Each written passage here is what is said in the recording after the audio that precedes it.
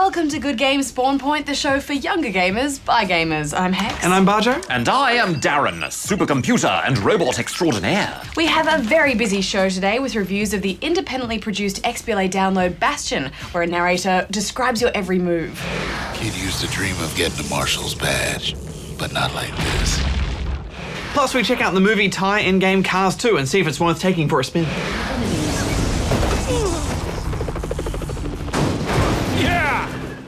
And I've had loads of entries in my latest I'm No Noob challenge. Oh, great, what was the game again? It was sinuous, a tricky dot-avoiding score attack challenge, and I have to say that I'm impressed with the Spawnlings' efforts. Are you going to be handing out one of your fancy D.A.R.R.E.N badges, Darren? Indeed I shall. Later on the show, we'll also be answering some of your questions in Ask Good Game. And did you know, in a poll on the Good Game Spawn Point website, over 50% of Spawnlings said that Ask Good Game was their favourite part of the show. Well, we'll have to get to reviewing Cars 2 so we can fit in as many questions as possible. Affirmative. Let's do it. Affirmative. Let's do it. What is that?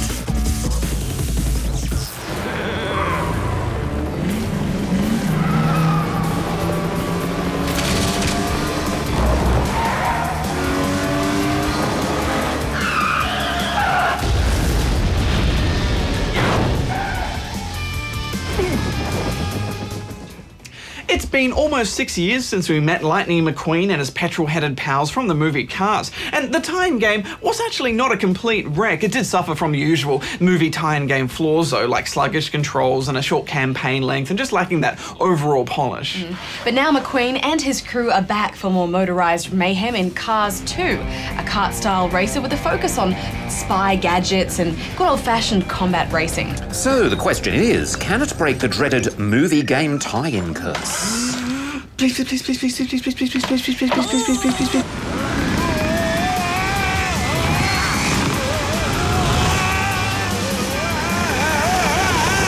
Cars 2 roughly follows the story of the film, and you'll be recruited by the command headquarters for reconnaissance, operations, and motorized espionage, or Chrome for short. Here you'll be trained and geared up for a range of different missions and races that will see you burning rubber on tracks around the globe, all while chasing down the notorious Professor Z, or Z as the Americans call it.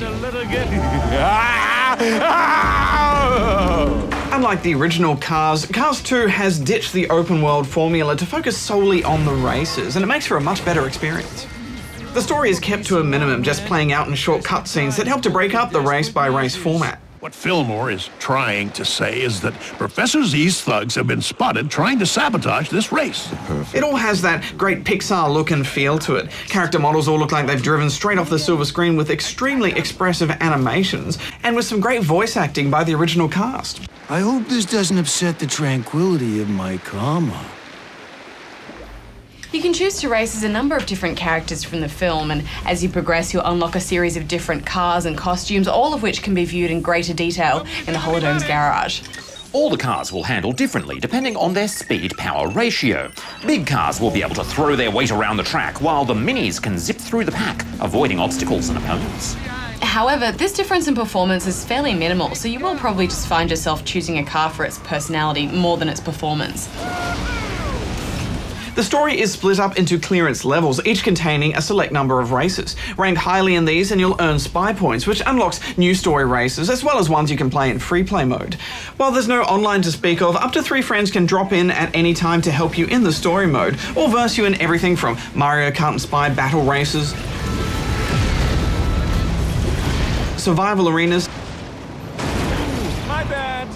and even a capture the flag mode called Disruptor. Red team has obtained the disruptor. Yeah, it's unfortunate that you can't race online. I mean, some of those arena modes feel really empty with just 1 or 2 opponents. But this is a kart racer at heart, and it's really best played at home with a bunch of friends on the couch, all jostling for first place. I definitely had the most fun in the multiplayer, Hex. The battle races in particular were my favourite. Sticking with the spy theme, there's a bootload of weapons to pick up, like oil slicks, RC cars, rockets and machine guns. Combine these with some of the tricks you can pull off, and races soon turn from a quiet Sunday drive into a destruction derby. Oh, I know what you mean. There's nothing better than doing a quick 180 and then firing your rockets behind at a fast approaching opponent. As you pull off these tricks, you'll fill up a boost meter. You can pop up on 2 wheels, jump over obstacles, even drive backwards for that extra impressive overtake. The AI will fight back though, so be prepared to maneuver out of the way of their attacks, especially in the later races where the difficulty ramps up quite unexpectedly. Yeah, those opponents can be very sneaky, often ramming you off the track or bombarding you with attacks. But unlike other kart races, there's no real catch-up system here, so that if you find yourself at the back of the pack, you really have to work hard to get back to the front. And after a while, this begins to feel a bit unfair. Eventually you will unlock a survival mode where you'll have to collect batteries to keep your shield up to protect you against Professor Z. These races are a great way to show you new shortcuts and hidden roads to take. But you'll be racing the same tracks over and over again, and after a while I really started to tire of them. That's a really good pun, Hex. Oh, thanks, Darren. I thought so. There's like a tire with a Y.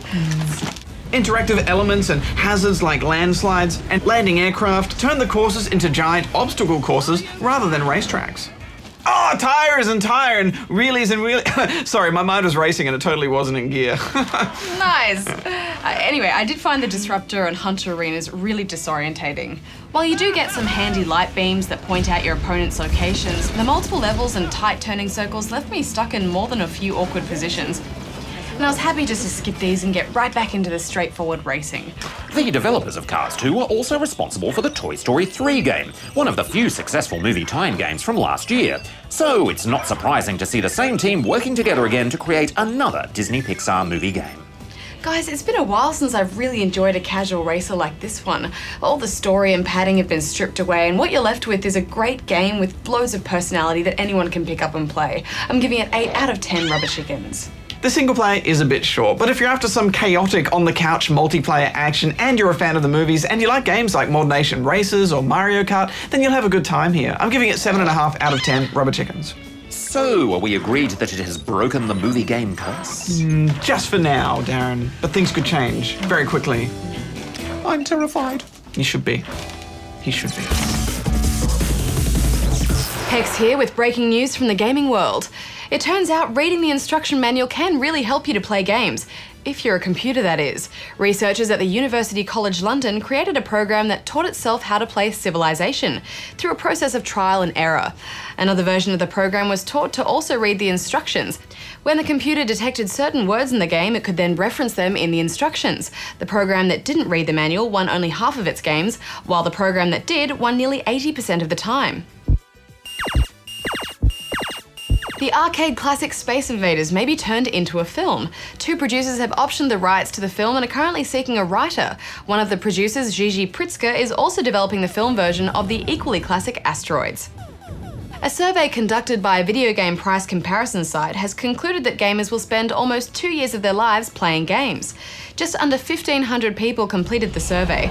The average age for a newbie gamer was 9, and most said they thought they would stop at 45. The participants averaged 9 hours of gaming a week, which means that by the time they put down their controllers, the average gamer would have played for 1.8 years in total. Move over humans, American robots built by Virginia Tech have won the Soccer World Cup. Well, the Soccer World Robo Cup. Charlie 2 won the adult size contest in a close match, narrowly beating Singapore's Robo Erectus 1-0 with a penalty. Team Darwin OP took top honours in the child size competition with a resounding 8-1 victory. As impressive as these robots are, the aim is to have a team able to compete against human players by the year 2050. And that's all the news we have for this week.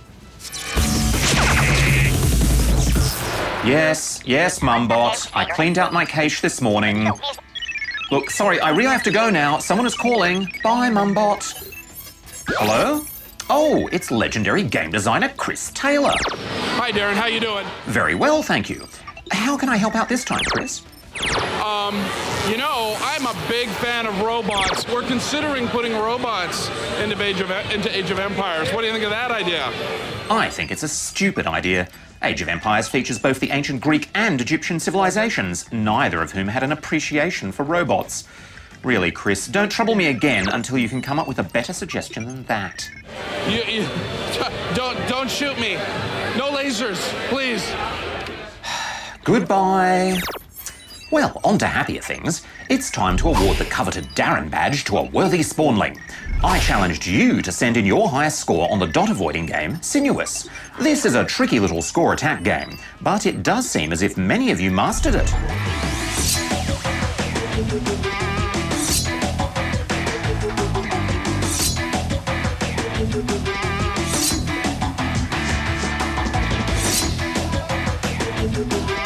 Congratulations to Mago with a massive score of 138,454, which puts you in the #1 position in the global leaderboard. Excellent work.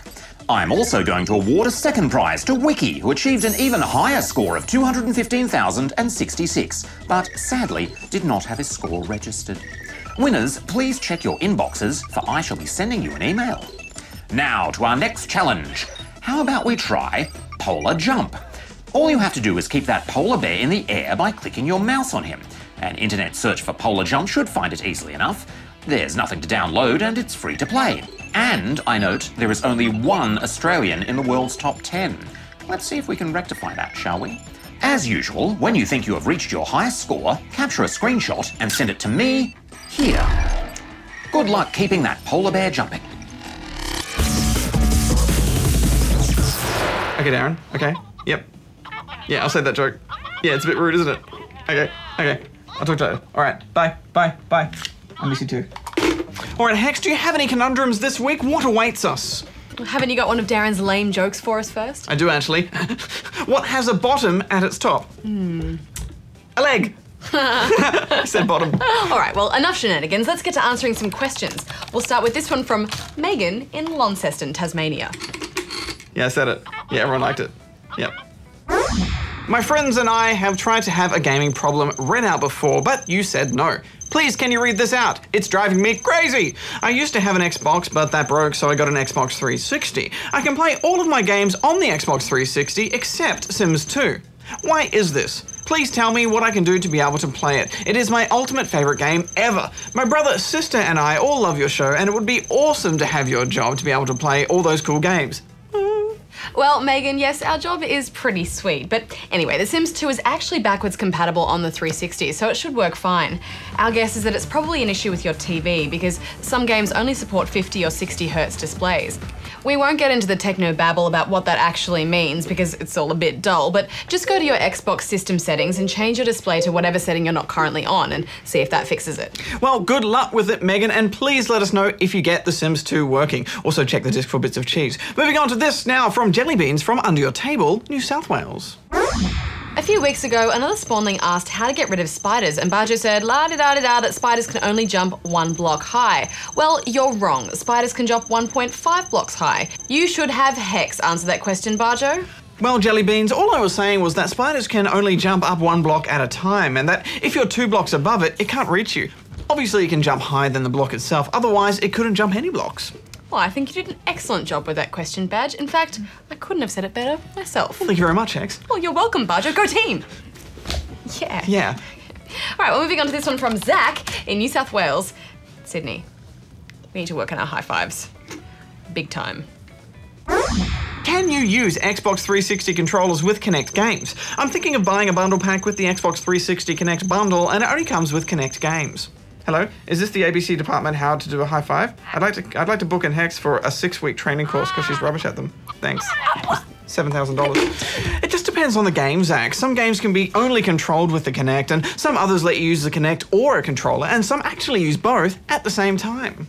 Yeah, so most of the launch games like Connectimals or Dance Central can only be controlled with Kinect, and you can't use a controller at all. Whereas something like Child of Eden lets you choose between a controller or the Kinect. And then there's something like Forza 4 where you'll be able to play with a controller while the Kinect can track your head at the same time. So you can look around the game just by looking around in your room. Okay, next up we've got this one from Pikachu in Terrigal. I didn't know Pikachu lived in Terrigal. Yeah, Pikachu just moved in there, right next to Luigi's mansion. Is there any code to get all the VHLs and ships on LEGO Star Wars, The Clone Wars 111? I really desperately want to know. If I don't, I'll become a noob. P.S. Your show is really awesome. It's my favourite show. Well, Pikachu, there isn't a code to unlock all vehicles, but there are codes to unlock each vehicle individually. And here they are. Yeah. If for some reason you missed any of that, just do an internet search for LEGO Star Wars 3 cheat codes and you should find them easily enough. All right, well, I think we can squeeze in just one more this week, and it's from Joey in Canberra, ACT. I've been to Canberra. So have I. Like a bunch of times with school. Well, so I went there and I I had a better time than you. Okay. What game should I try if I like The Sims, Spore, and Minecraft? Please, please, please answer. Well, all those games let you be quite creative, so going with that, you should definitely check out Terraria. It's basically a 2D Minecraft. Or for something a little bit more technical, there's Dwarf Fortress, which is free and in many ways inspired games like Minecraft and Terraria. Oh, and I actually just found this cool little game the other day, Badge. It's called Kerbal Space Program, and all you do is build a rocket ship in something very similar to the Spore Creature Creator, and then you try and get your little Kerbals into space without blowing them up. It's a simple idea, but it's actually really tricky to build a good rocket, and I've had a few blow up on the launch pad and most just fly off in random directions and then explode. But it's free for now. And of course, there's the classics like SimCity and Roller Coaster Tycoon, where you can build up your own cities or theme parks. They're always a good bit of creative fun. But that's all the time we have for this week, Spawnerinos. And if you've got a question, don't forget you can send it in right here. Hex, it's time for your high five training. I thought that was pretty good. Wait, just give me one more chance. Come on, just one more.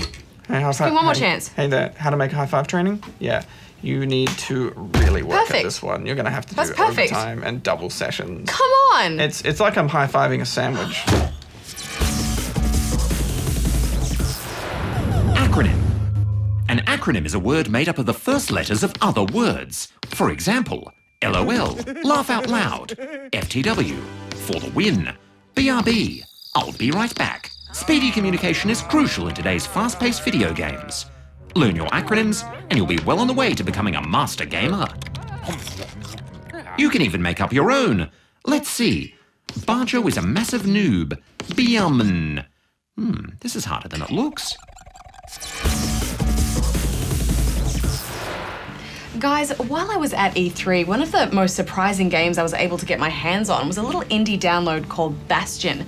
It looks cute and unassuming at first, but it has an incredible dev team behind it, and I think you'll agree with me that it's seriously addictive. Affirmative. Bastion is brought to us by Supergiant Games, and did you know that the game is a finalist in the Independent Games Festival Awards? I didn't know that, Darren, but that's good news. Bastion follows the story of an adventurer known only to us as the Kid. Now here's a kid whose whole world got all twisted, leaving him stranded on a rock in the sky. He gets up, sets off for the Bastion, where everyone agreed to go in case of trouble. He must save his destroyed city from complete annihilation after the Calamity has split the land into a series of floating islands. The Bastion is the safe haven where you'll start to piece it all back together and navigate the hub world to retrieve powerful core crystals that will give you the energy to rebuild. The story narration begins from the moment you awake as the Kid and continues to narrate every move you make from then on. This is really cleverly done, and you become really attached to this disembodied voice who's dynamically describing every move you make, every heroic moment, lamenting your mistakes. And when I found this hammer and decided to spend a few gleeful moments just testing it out, Kid just rages for a while. It's unique, it's funny, I just loved it. You feel like you're essentially creating the story yourself through your own actions. Since the land has been torn apart, much of the terrain you'll be exploring forms itself as you go, and occasionally crumbles away around you too. So part of the challenge is staying on solid ground and not hurtling to your doom. Quick and careful is the only way to go. It's an action RPG where you'll be leveling and gaining experience and finding sweet gear that you can customize and upgrade in structures that you build within the Bastion. I detected the influence of several different game genres. However, the narrative style is mostly reminiscent of old tabletop adventure games such as Dungeons & Dragons, where all the players' actions are described by the Dungeon Master. Well, the first thing that struck me was the art. I mean, it's just gorgeous with a really vibrant colour palette and cute but sophisticated character design. Plus, the way the path just kind of puzzle pieces together in front of you is really organic and fluid, sort of leading you off in various different directions and adventures. The Kid will face a variety of enemies throughout his journey to restore his world, and this is where the game starts to get a bit arcade-like as they start popping up at every turn. You can carry up to 3 potions at a time, and you'll usually get at least one more chance to make a comeback when you die. Not by me, by a lunkhead. And lunkheads ain't fond of two-legged animals. Failing that, you'll restart the level, but each area is a short fun burst of beastie bashing goodness, so it's not punishing. You'll quickly acquire a pretty sweet arsenal of both melee and ranged weapons, as well as a special move which you can use when you've got an ability potion to activate it. And I just love that you can chop and change these between worlds when you visit the Bastion. I could cater this to my playstyle. You know, the rapid fire bow is great for dispatching enemies from a distance, because I don't like to get too close, and those dueling pistols were great as well. And you'll also need to make good use of your dodge roll to avoid taking too much damage. You must be careful, however, as the dodge roll is fast and covers a lot of ground, and the areas you'll be fighting in are quite small, and the ground is often falling away from you. If you are careless with your rolling about, you may in fact roll your way off the edge. Landon. The kid can attack while on the move, but his attack power decreases when doing so, and if you stay still, you can charge for stronger attacks. Enemies are constantly hitting you with flames and projectiles, so staying still is tricky. There's a real skill to the combat, but at the same time you have the opportunity to make the game as hard as you want it to be. The difficulty in the game is handled really interestingly. You'll meet gods throughout the game who will set challenges with greater rewards for choosing the more difficult option. The harder you make the game, the better the rewards will be, so there's good incentive to avoid the easy option. Kid don't need favors from the likes of Piv. On second thought, maybe he does. The Bastion becomes something you become quite proud of after a while as you build and expand and rescue survivors and bring them back to safety.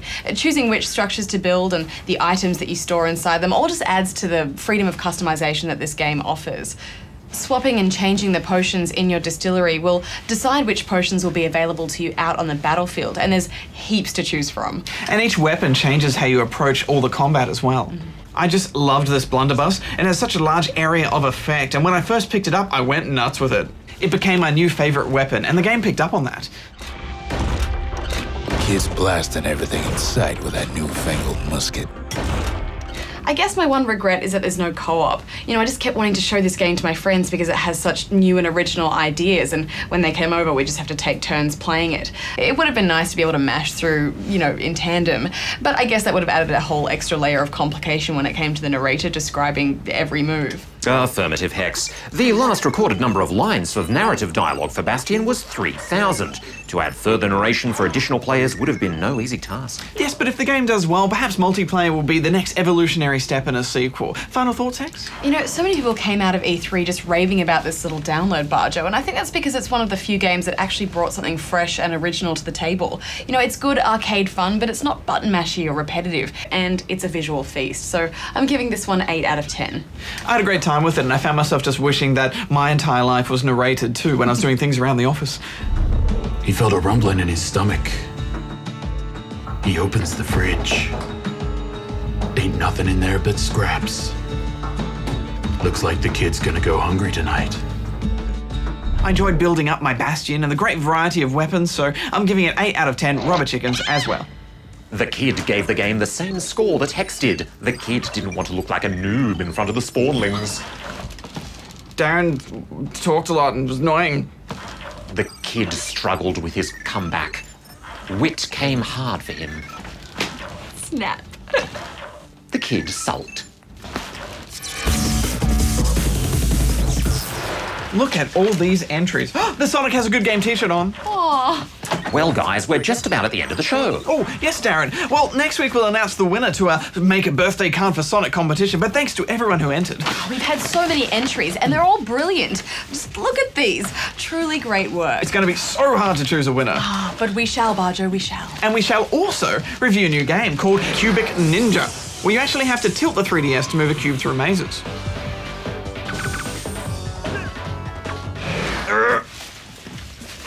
Well, that does sound tricky and potentially frustrating. Oh, it is a bit. Till next time, gamers, may your health bar always be full. Hex out. Bajo out. Darren out. I've got a good poem here, Hex. Oh?